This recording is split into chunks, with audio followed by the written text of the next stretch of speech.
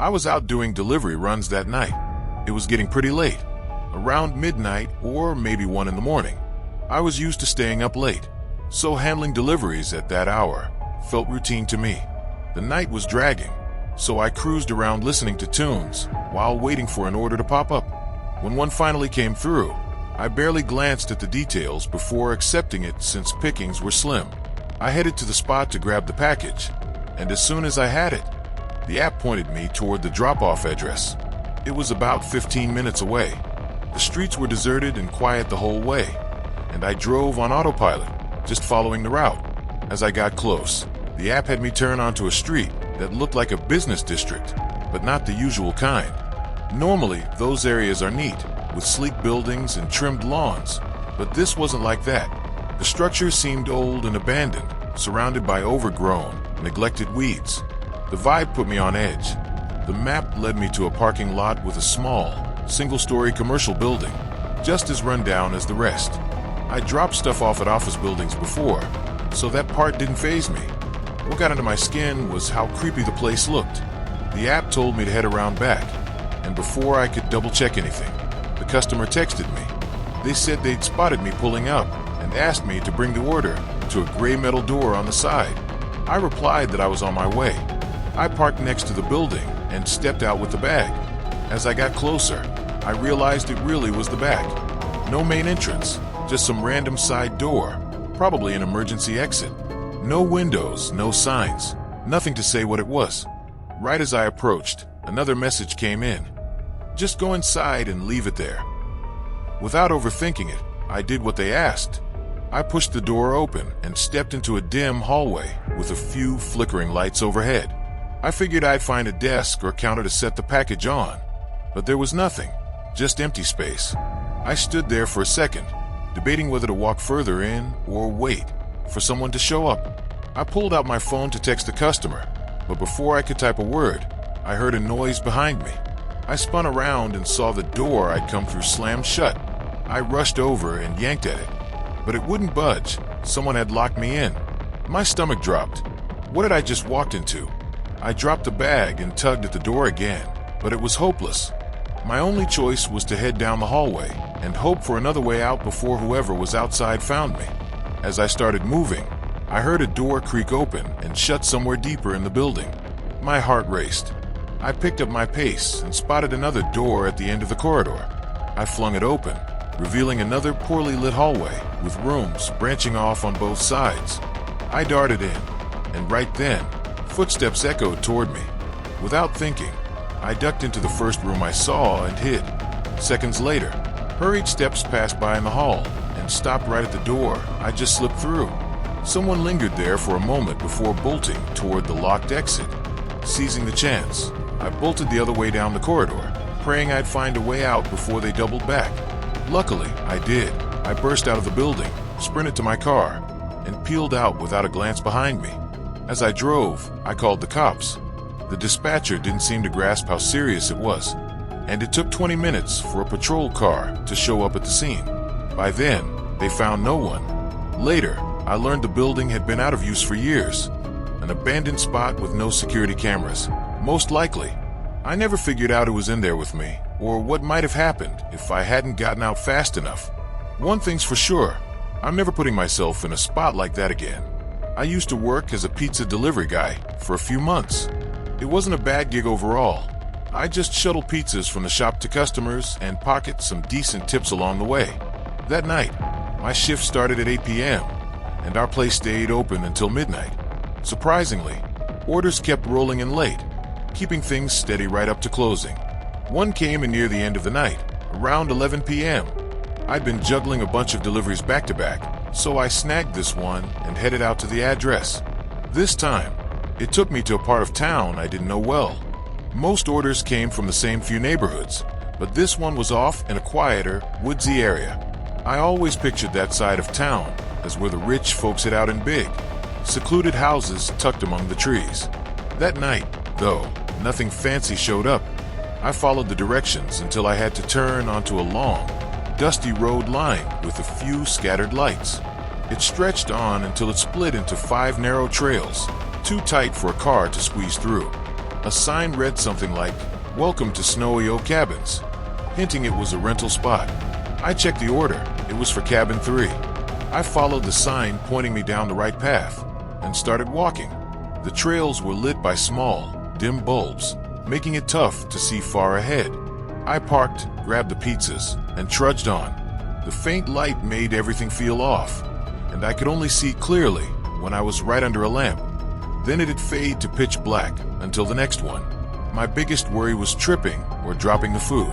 It was dead quiet except for crickets and the breeze rustling the leaves. I must have walked for 3 or 4 minutes, though it felt longer. Finally, I hit the last light pole, and ahead was a clearing with a modest cabin in the middle. It had a window out front, but no lights were on. Everything was dark. I stepped up to the door and knocked. The sound bounced around inside, but no one answered. I pulled out my phone and called the number on the order. It rang for a full minute before dropping. No response. I wasn't sure what to do. Heading back with the pizzas seemed pointless. As I mulled it over, a text came in from the same number. "Not at the cabin right now. Door's unlocked. Just leave the pizzas on the table inside." I turned back to the door and twisted the knob. It opened, even though stepping in felt weird despite the okay from the customer. I nudged the door open slowly and peeked inside. The place was pitch black, lights off. "Hello? Anyone home?" I called out, but got nothing back. I eased the door wider and took a few steps in. It looked like one big room, maybe with a small bedroom off the back. I walked to the table and started setting the pizzas down when I heard a creak. My eyes snapped to the bedroom door. Before I could react, it swung open fast. My heart stopped. I'd been sure no one was there. A guy stepped out and started walking toward me.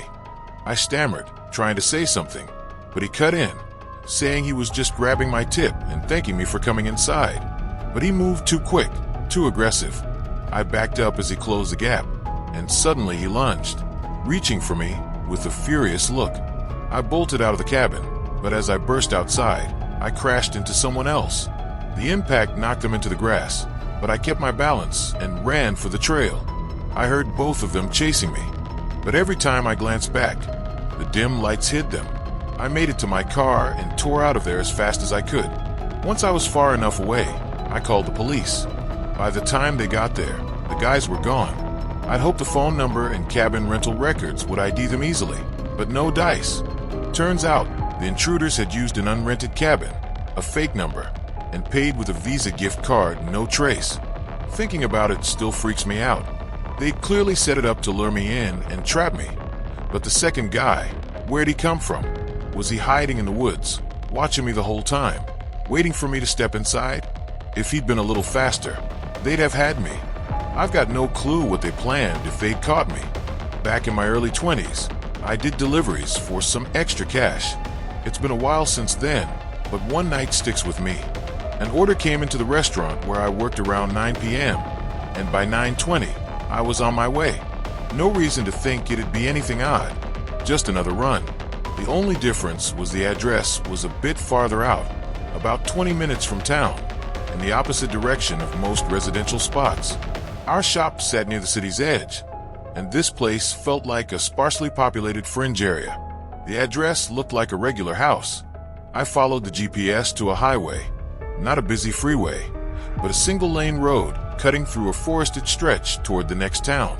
People still called it a highway, even though it felt remote. I knew there were some old homes and neighborhoods along it, so I figured it was one of those. I drove for about 15 minutes, and the surroundings got emptier, dark and silent. When I reached the spot the GPS flagged, I was thrown off. It didn't point to a house. It just marked a random spot on the road. I pulled onto the shoulder, trying to figure it out, and double-checked the address on Google Maps and Apple Maps. Both pinned the exact same place. Peering out the window, all I saw was the black forest. No sidewalks, no streetlights, no hint of a driveway. For a second, I wondered if it was a typo or a prank, but before I could dwell on it, a faint light flickered between the trees, not bright, but noticeable in the total darkness. It lasted a few seconds, then vanished. Still puzzled, I scanned for any sign of a house nearby. All I found was a barely there dirt path leading into the woods, not a proper driveway, just uneven ground that looked hand-dug. Following it felt ridiculous. Something was off, but I couldn't pin it down.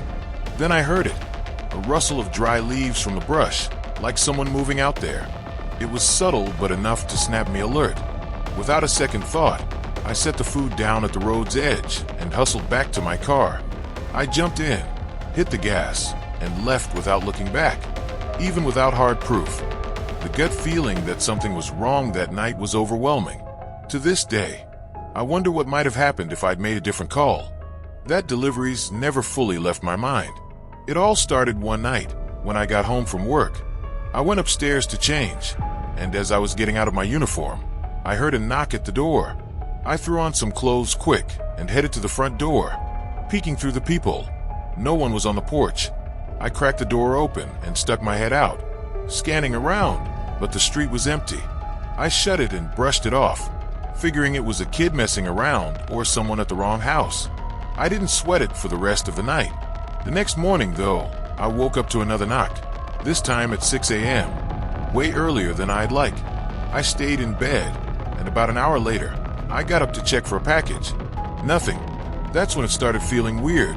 Someone knocking at odd hours for no clear reason. Before heading to work, I made sure every door and window was locked tight. At the office, I mentioned the strange knocks to some buddies. They all thought it sounded creepy, but had no real advice. That night, driving home, I felt uneasy. Part of me didn't even want to pull into my neighborhood, worried the knocking would keep up, or get worse. When I got there, I parked in the driveway, and before I could get out, I saw a figure standing at my front door. I stopped the car halfway up, and the squeak of my brakes caught their attention. They took off running down the sidewalk, cutting around a neighbor's house, and disappearing into some trees. I stayed in the car, too spooked to move, and called the police. An officer came by and talked to me, but without a way to ID the person, or any crime committed yet. There wasn't much they could do. He left, but I didn't feel any safer. 2 days passed with no more knocks, and I didn't spot anyone lurking. I started thinking it might be over. Then, on the following Wednesday, I got home from work around 7 p.m., parked in the garage, and went inside. As I climbed the stairs, I froze.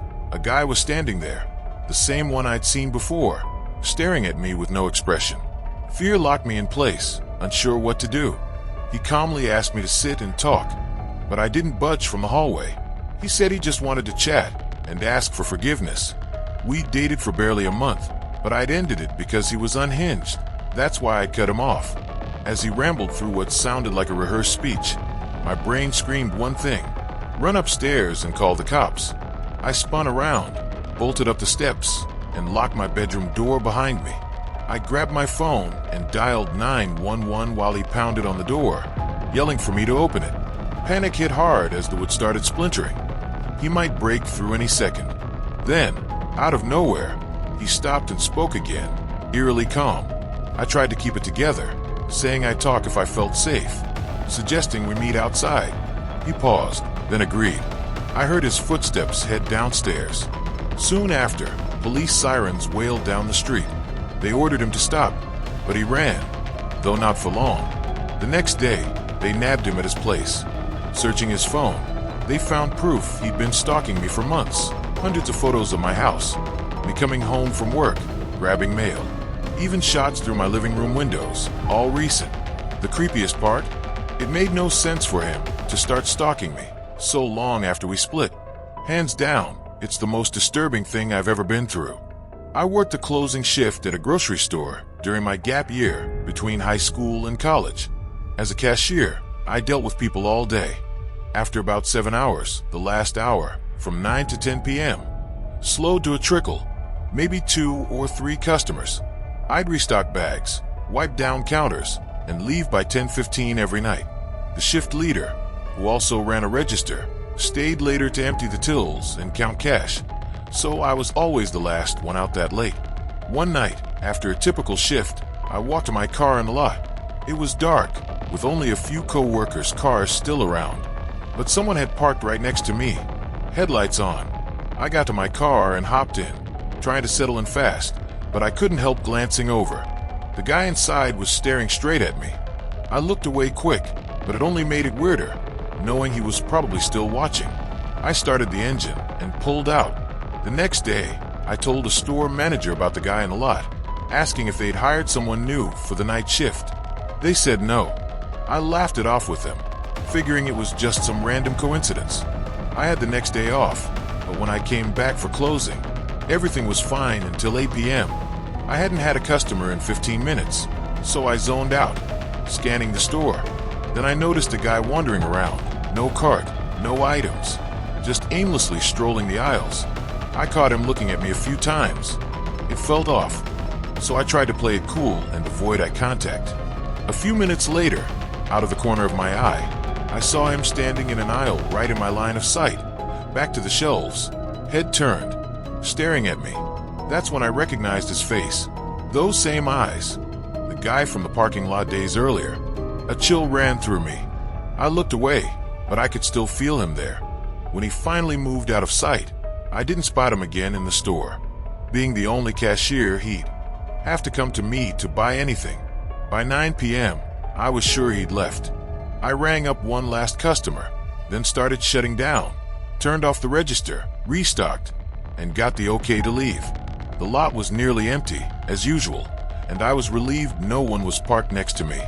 I headed to my car, but suddenly, blinding headlights hit me. Someone had flipped on their high beams, aimed right at me. I sped up, hearing an engine rev closer. I reached my car and jumped in just as the other vehicle screeched past and stopped in front of me. My pulse skyrocketed.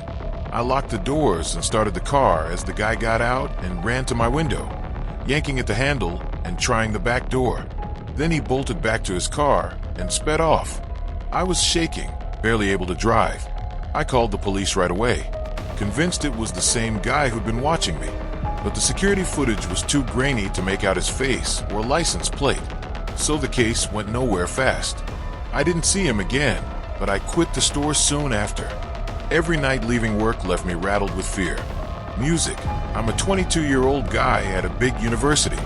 I'm not much of a talker, so my first year of college was tough. I started using a dating app, hoping it'd be easier to meet someone. I knew it wasn't the best way to connect, but it beat walking up to strangers cold. The first few weeks went as expected. I matched and chatted with a few girls, but nothing clicked. Then I matched with a girl named Natalie. Her profile said she went to my school and liked a lot of the same stuff I did. We hit it off right away. A few days later, I asked her to grab coffee at a spot near campus. I was pumped, so on the day, I got there early, snagged a table, and texted her I'd arrived. 30 minutes passed, no sign of her, and she'd stopped replying. I was bummed. I'd really thought we'd vibe. After waiting another 15 minutes with no show, I headed out. Walking back to campus, I passed a car parked on the roadside. A guy rolled down his window and called out, "Hey, need a lift back to campus?" I said, "No, thanks," and kept going. He drove off, and I didn't dwell on it, though I did wonder why he'd randomly offered a ride to a stranger, and how'd he know I was headed to campus? I chalked it up to a guess since I was walking that way, but it still felt odd.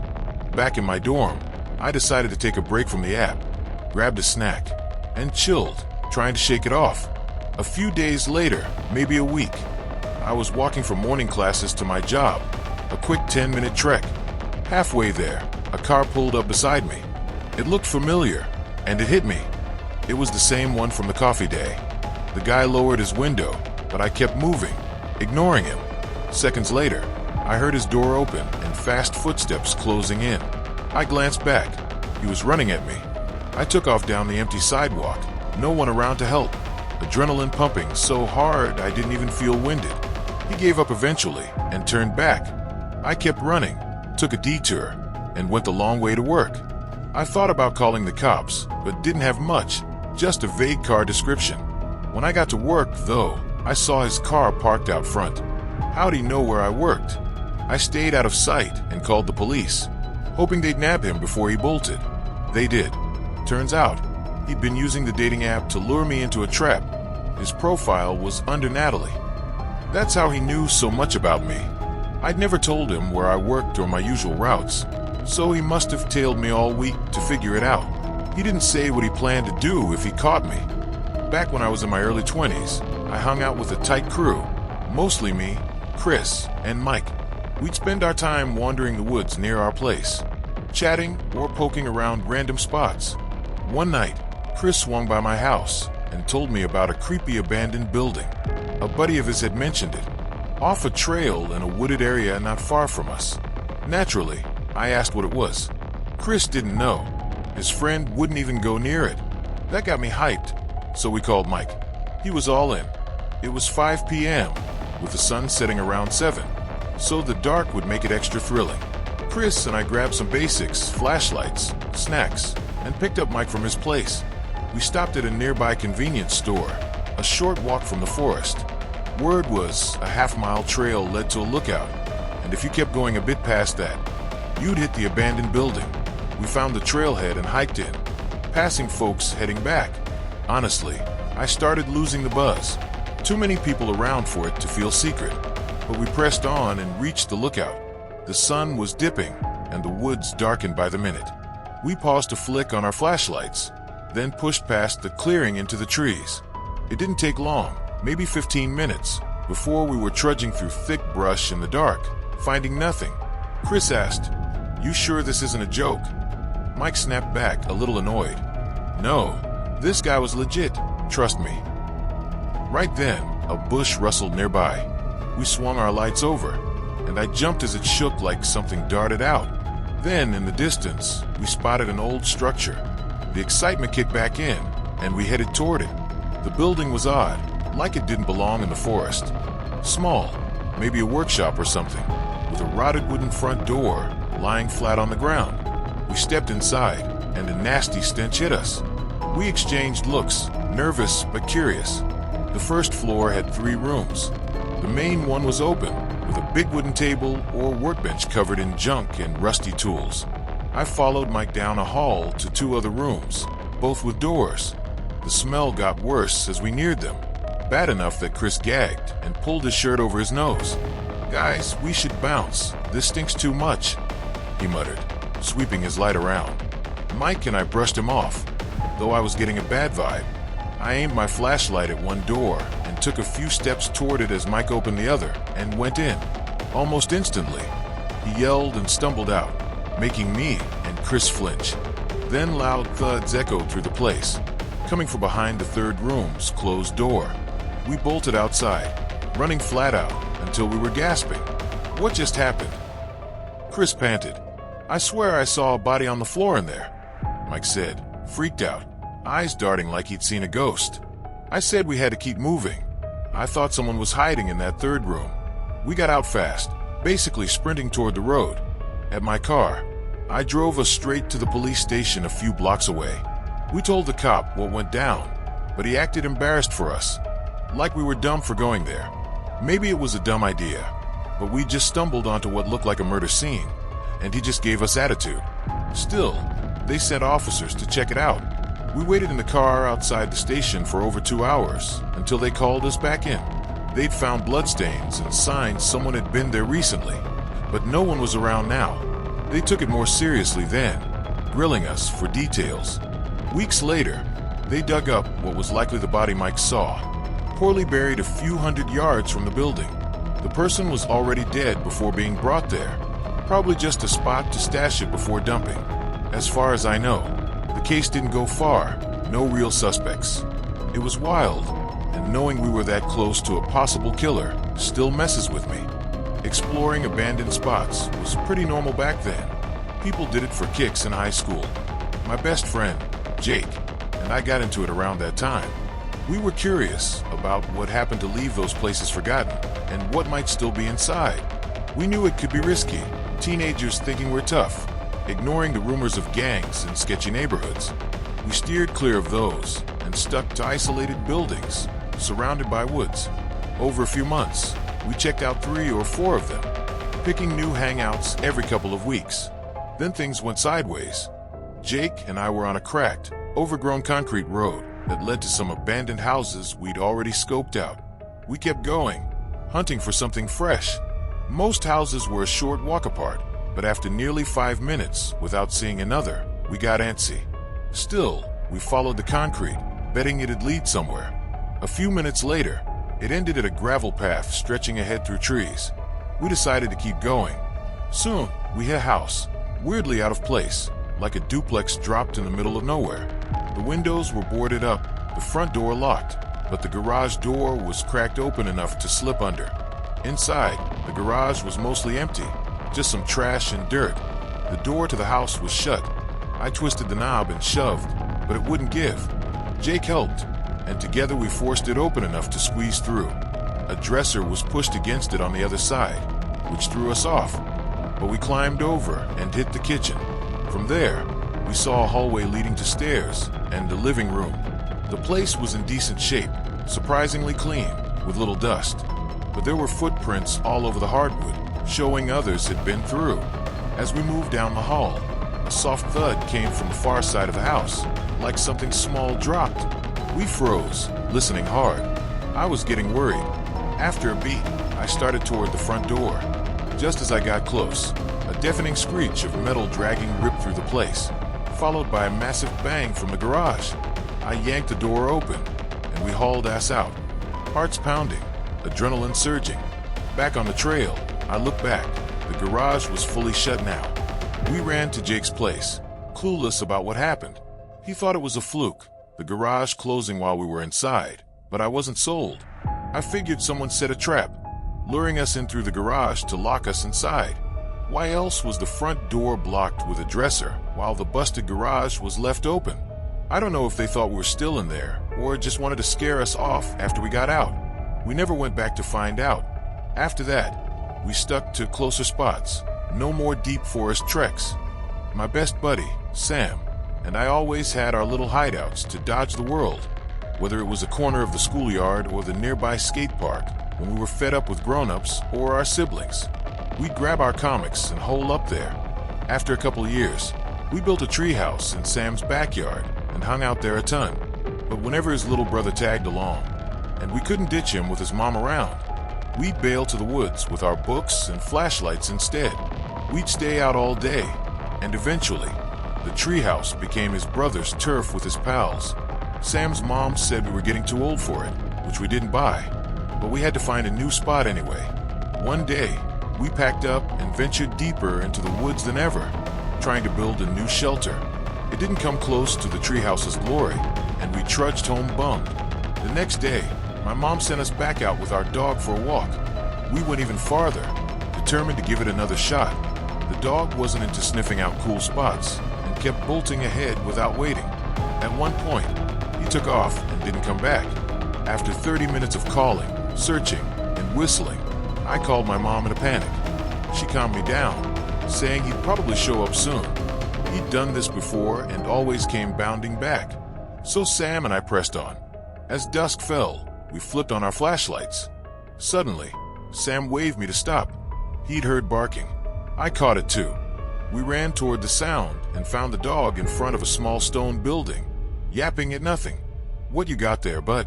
We've been looking for you," I said, grabbing his leash. He started growling at something. I clipped the leash back on, and we headed out, glancing back at the building. First, we dropped the dog off at home, then grabbed our flashlights, phones, and extra batteries, ready for the dark. The stone building was basic, almost square, with a rusty metal door and a corrugated iron roof, no windows. Inside was empty, just cold stone flooring. The next day, we hauled over some old blankets, pillows, and a battery-powered lamp. The treehouse was history, and we spent the last days of summer with the metal door propped open, reading inside our new spot. We shut it when fall hit, but that didn't bother us. Dark outside, dark inside, no big deal. We spruced up the interior, hung Christmas lights, and tacked posters on the walls. We thought this hideout would last forever. We went every day, even in the rain, especially in the rain. The patter of drops on the iron roof was the best sound ever, a steady tick-tock in the background while we listened to music through earbuds. One day, we were sharing tunes on my phone, sprawled on the pillows, with our homework shoved in a corner. It poured hard, wind howling around the building. My phone died, cutting the music. Sam, bored of the silence, was itching to dodge his assignments. He flinched when the door creaked open out of nowhere. the hum of the storm dropping off. He glanced at the entrance, then at me. I shrugged. As I stood, I heard footsteps crunching outside toward the back. We both froze, shaken, hoping it was just another explorer, but it was pouring, and we were deep in the woods. Before Sam could say anything, footsteps raced around the building. Then the door slammed hard. Wind and rain blasted in. Sam yelped, and I was too stunned to move. We stared into the dark forest until we realized no one was there, at least not anymore. I finally got up and shut the door. We agreed to bail soon after. Soaked, we got home and swore off nighttime visits to the hideout. We never knew who opened that door, and we weren't sticking around another night to find out. Music. This happened when I was about 10. My sister and I were home alone. It was summer, and both our mom and grandma were busy, so they couldn't stay with us. We were used to being on our own during breaks, so it wasn't a big deal. The only rule was no going outside or opening the door for anyone who knocked. That day, I was playing a game on the kitchen computer while my sister watched TV in the living room. A few hours in, I thought I heard the doorbell. At first, I figured it was the game, but I'd muted it. I asked my sister if she'd heard it. She said no, probably just her show. I let it go and kept playing. 10 minutes later, I caught a reflection on my screen. A guy in a suit, hands cupped around his eyes, peering through the glass door behind me. I whipped around, face to face with a stranger I'd never seen. No clue how long he'd been watching. He waved like we were buddies. I yelled for my sister, who hadn't noticed him yet. She grabbed the house phone and called our grandma. We'd seen door-to-door salesmen before, but this guy was different. His black suit didn't fit right, and it was pushing 100 degrees out. Plus, he had a briefcase. The usual sales guys just carried clipboards or flyers.